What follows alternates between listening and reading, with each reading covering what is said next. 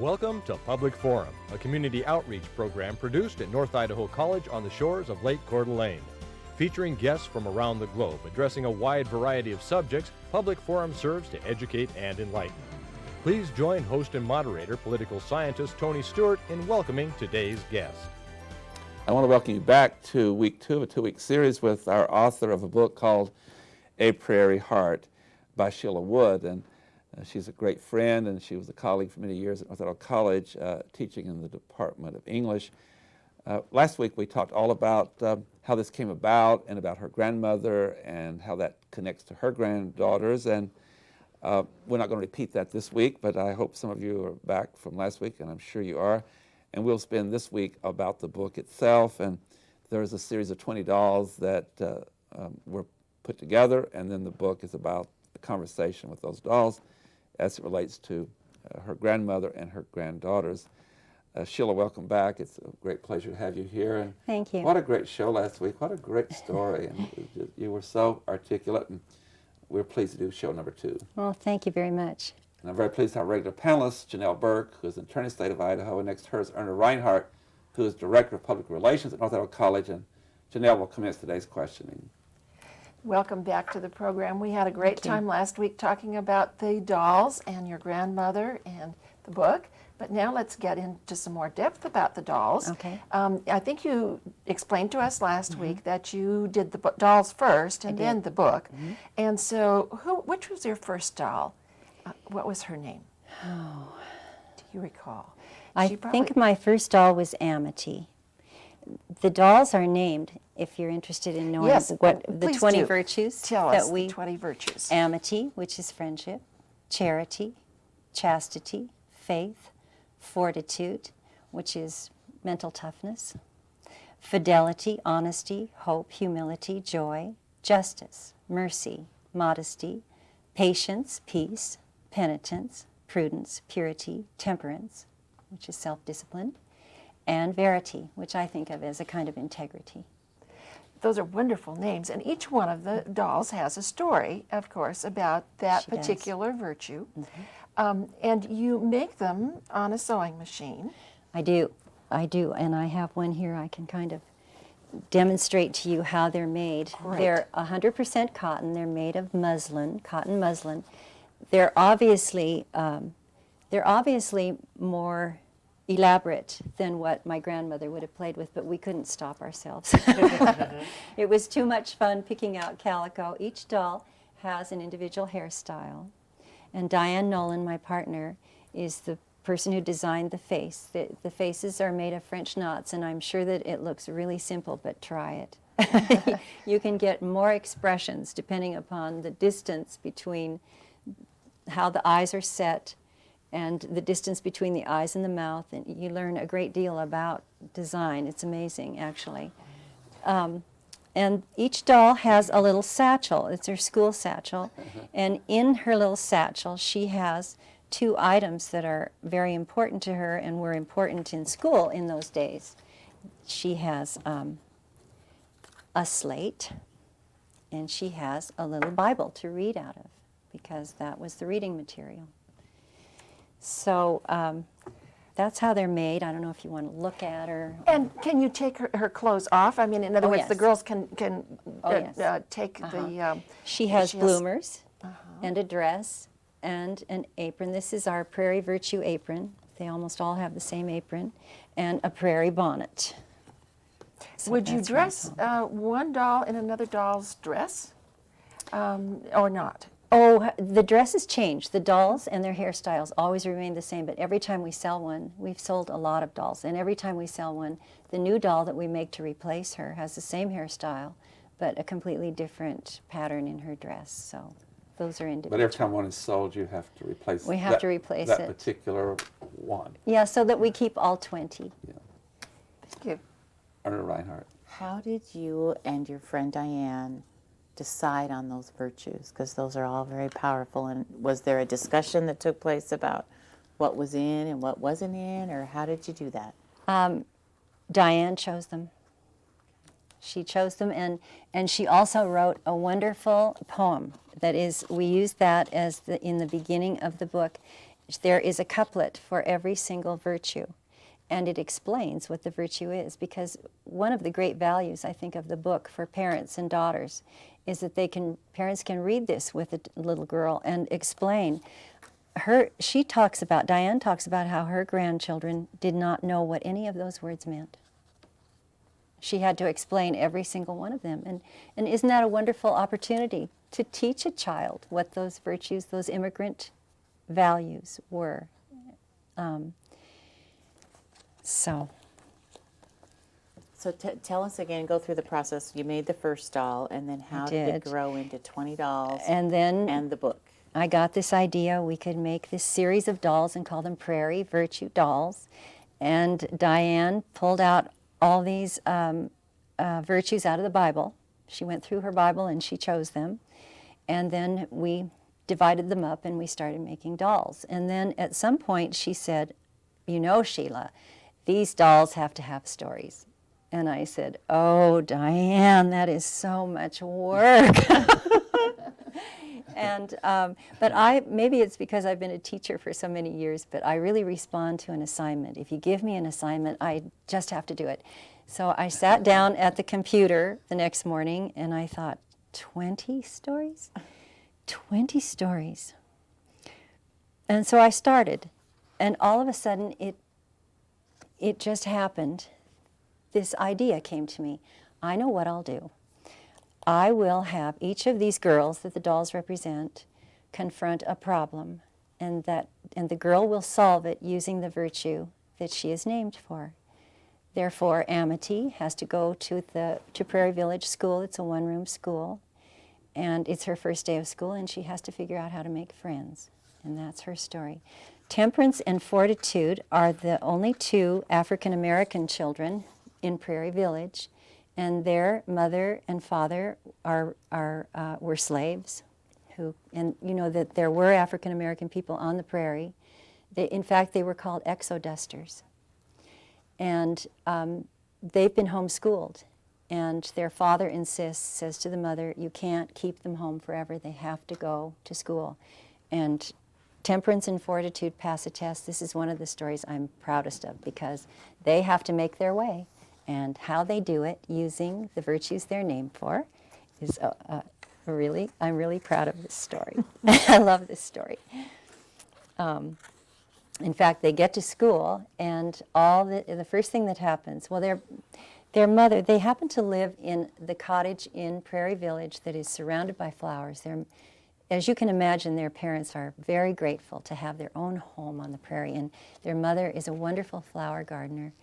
And so they send the little girls that day to school on the first day, and their mother cuts a big bouquet of flowers. And so they're walking to school, and they come close to the school, and all of a sudden a rock flies over the fence and hits Temperance on the shoulder and tears her dress, and she drops the flowers on the ground, and she starts to feel like she's going to cry, but her name is Temperance, and she pulls herself together.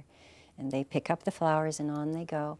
And they get into the school, and the teacher says, "Well, I think we have some new students here today."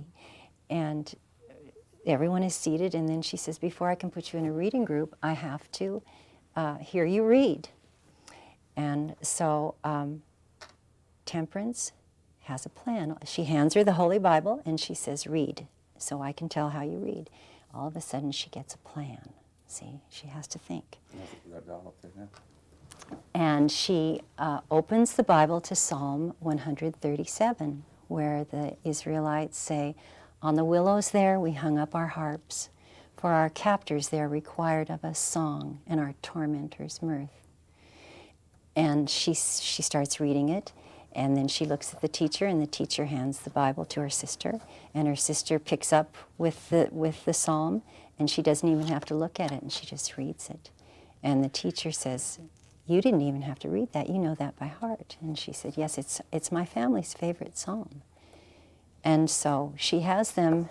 Later on, some more conflict happens. There's a bully in this book. His name is Arnold Swenson. And he, at the end of 8th grade, there's a test that all the children have to take, and he can't seem to pass the test. He's tried a couple of years in a row, so he's bigger than all the other children, and he's very unhappy. And at recess, no one will play with these two girls. And so they decide they're going to play the game that their mother taught them. They take stones and they arrange the stones in a pattern. And there's this little game that they play where they clap and jump and pick the stones up. It's a game from Africa. And he pushes Fortitude down. And I wouldn't want to tell very much more about the story because I would spoil it for you to see how Temperance with her plan and her self-discipline, and Fortitude with her courage and her endurance and her mental toughness, how they figure out how to get all these children to be their friends. We don't want to tell everything because we want people to read I the know. book. So recently we interviewed 3 retired English teachers. Yes. And they're doing murder novels. Oh, I've read about them. Yes, and so they wouldn't tell everything either. But I have a copy of the book, and I went to the back of it and read the end before I read the book, and so they chastised me. But anyway, it's just a wonderful, wonderful story. We do want to show 3 more slides that we have here that also have a relationship to your book, and I think they'll put the first one up now if they have it ready, and you can describe it. Oh, this is it's an artifact that is left from probably 1915 or so. Every Christmas, Mother said, a big box came from Norway at Christmas, full of clothes and full of things from Norway. And somehow, over all the many years, this little plaque has survived. And you will read about it in Prudence's story. She takes it to school for show and tell, and Arnold Swenson accuses her of stealing it from him. And Prudence has to use her wise judgment to help her teacher understand how to decide that it really is Prudence's plaque, that she's not lying. The teacher says, "How do I know which one it belongs to? You both say it belongs to you." And Prudence has a wise... Which we'll leave to the viewer to we read. will. Yes. Then the next one that's up here is your Bible again. Yes. A picture of it. And that my grandmother gave me when I was 11. And then that's inside of the Bible, the Inscription. inscription to you. Yes, that's my mother's handwriting. Okay. And then the third and final one is the cover of the book itself. Right. I think I'm going to have you to read something from, you don't have to give the end story, but just to show, you've done such a beautiful job describing it, but let's let our viewers see the flavor of your writing by reading something from it. I should explain, people might wonder what the connection is from a Norwegian grandmother who ended up in Seattle and a book that takes place. The stories all take place at the turn of the century or the last quarter of the 20th century on the Great Plains. And my grandmother did live in Minnesota. But a wonderful person came into my life when I was a young mother. Her name was Dyer, and she grew up in North Dakota. And I have dedicated the book to her. She regaled me with stories of growing up in North Dakota, and her mother did teach in a one-room schoolhouse, and she told me all kinds of stories. And there are 2 stories in here that are actually based on her life. One is Hope and the Blizzard, and the other one is the last story, which is called Patience's Long Year. And for anyone who reads my book, I hope that they will be patient also and save the final story to the end and not turn to the end of the book like you did and read. So I've been chastised twice. Because the final story is about her life and it draws the whole book together. But you asked me if I would read something. You don't read have something? to give the end result, but I think the viewers and authors, particularly that watch our program, there's so many different writing styles, and I think it'd be neat for them to hear a paragraph or 2 from your writing. Okay. I'm going to choose. Well, I have to look here. Where is it? Here it is. Modesty and the Singing Contest, because this does... the doll Modesty. Yeah. Modesty was known by everyone in Prairie Village for her beautiful singing voice. "Modesty, you have the voice of an angel," Pastor Halverson said after listening to her singing hymns in church. "I want you to be our church soloist." Modesty was very excited, and her mother helped her to practice singing each evening from the hymnal. Mama said, "I knew you had a beautiful voice when you were just a tiny tot because you used to sing with me. I was so surprised that such a little child could carry a tune." And then a traveling music teacher comes to Prairie Village School and gives her lessons and tells her about this singing contest. But there's a girl in her school who's jealous of her. And her name is Ann Hansen. And Ann walked over to Modesty. She was with a group of 5 girls who always played together. Modesty, said Ann, I hear you think you're so great that you're going to enter the music contest.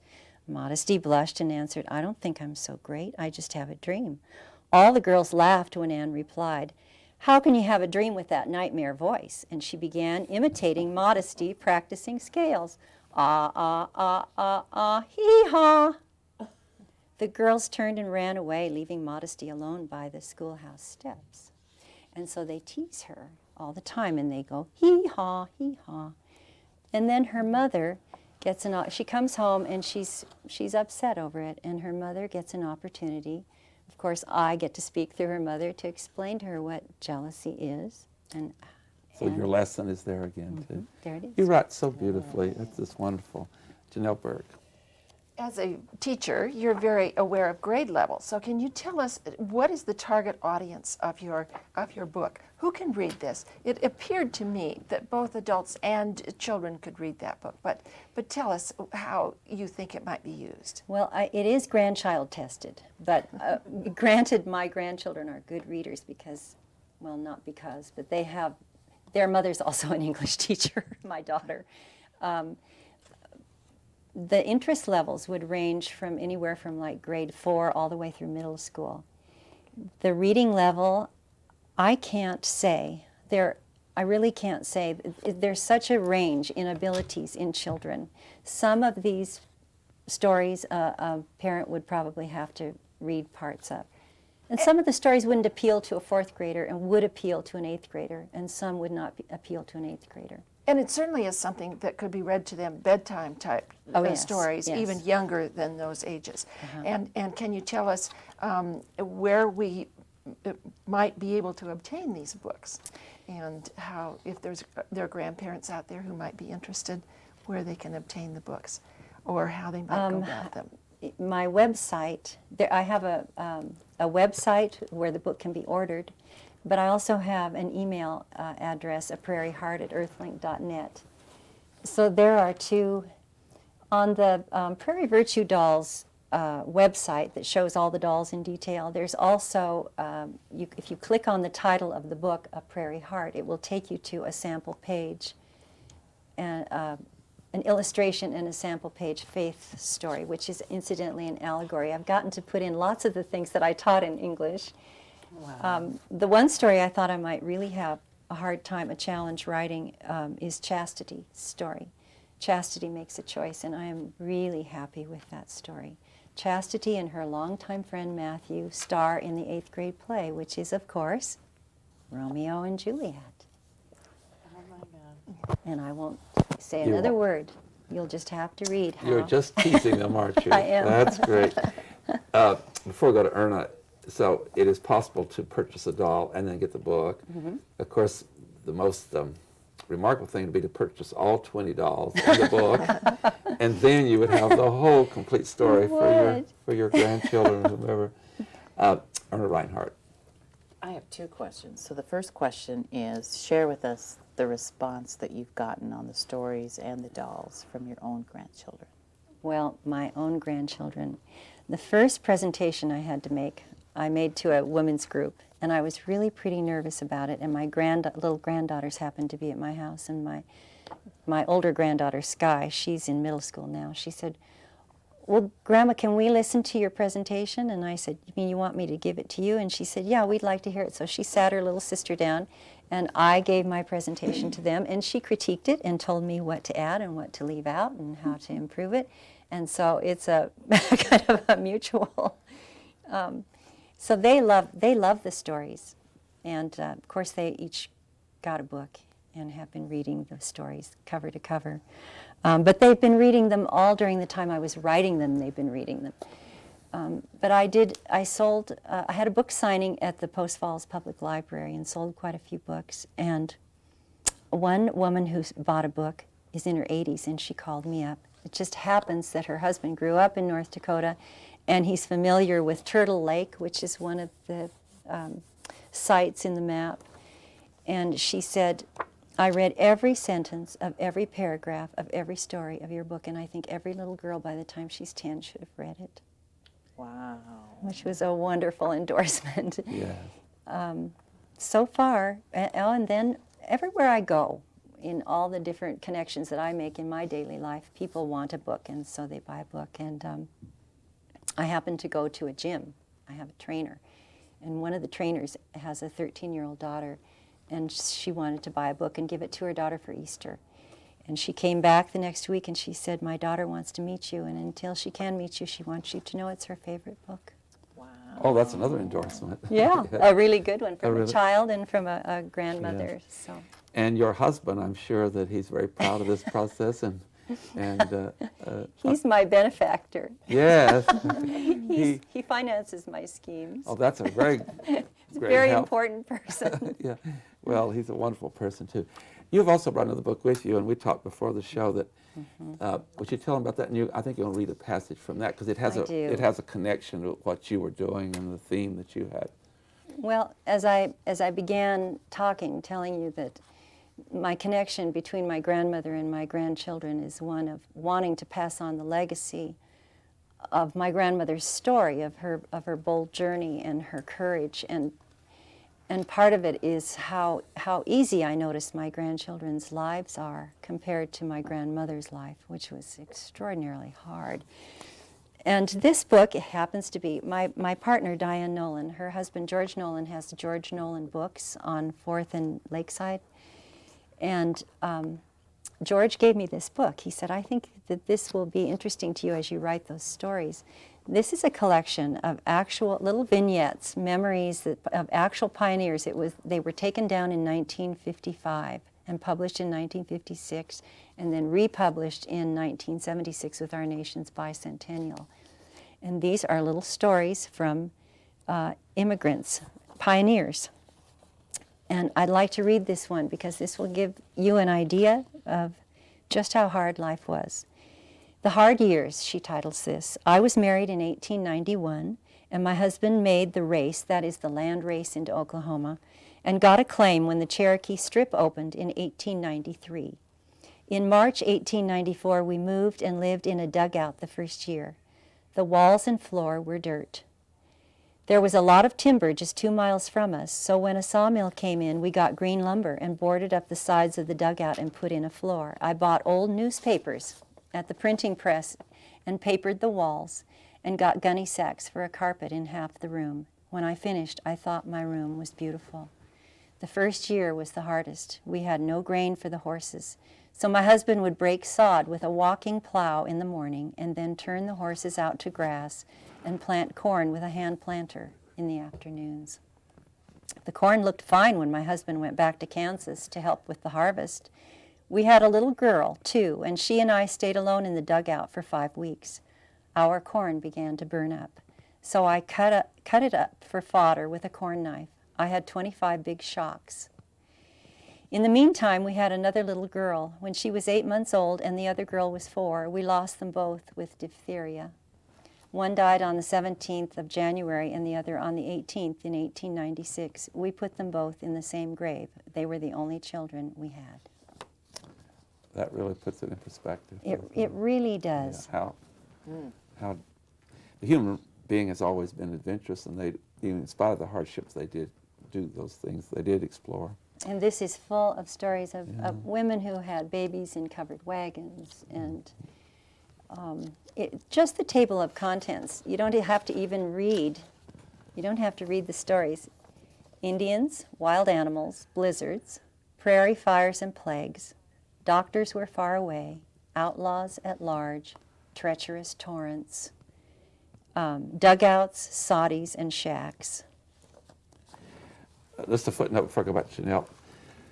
The Native Americans have been wonderful, and like Lewis and Clark's expedition, Native Americans saved a lot of the explorers by helping them because they were in the West and knew it, and there were many groups that would have died without the assistance of Native Americans helping them with food or give them shelter and all. So, and that's a story that's often untold, but it was we owe a lot to Native Americans for what they did to help with those who were exploring.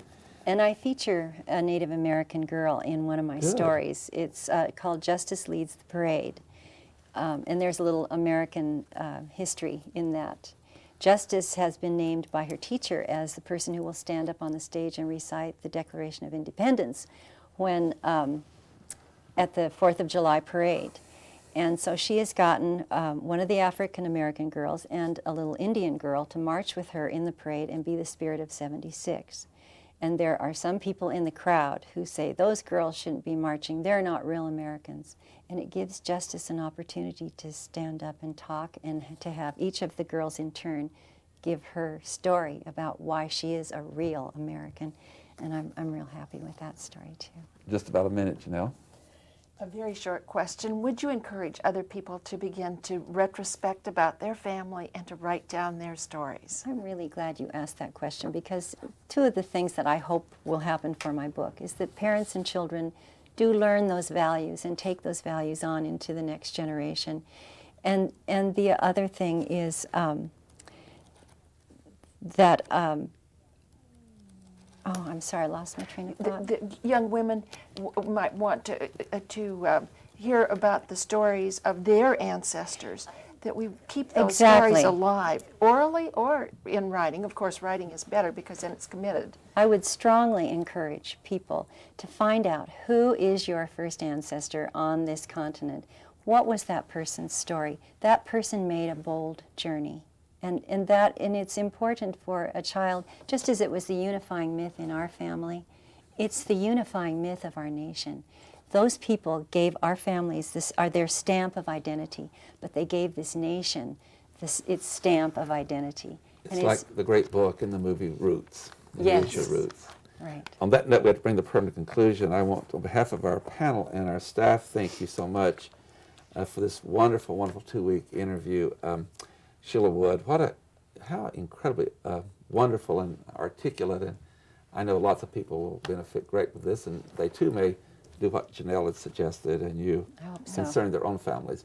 Ladies and gentlemen, we've had a delight bringing you these 2 programs over the past 2 weeks, and I'd like to invite you to be with us again next week when we're going to move to another issue. We so enjoy bringing you these topics, and we hear from you from time to time, and we appreciate your support and your interest in what we do. Until next week, please have a good week. I am Tony Stewart. Recorded on the campus of North Idaho College, Public Forum is the longest-running in-house college production on PBS. Each episode is pre-recorded live and is an educational outreach from North Idaho College.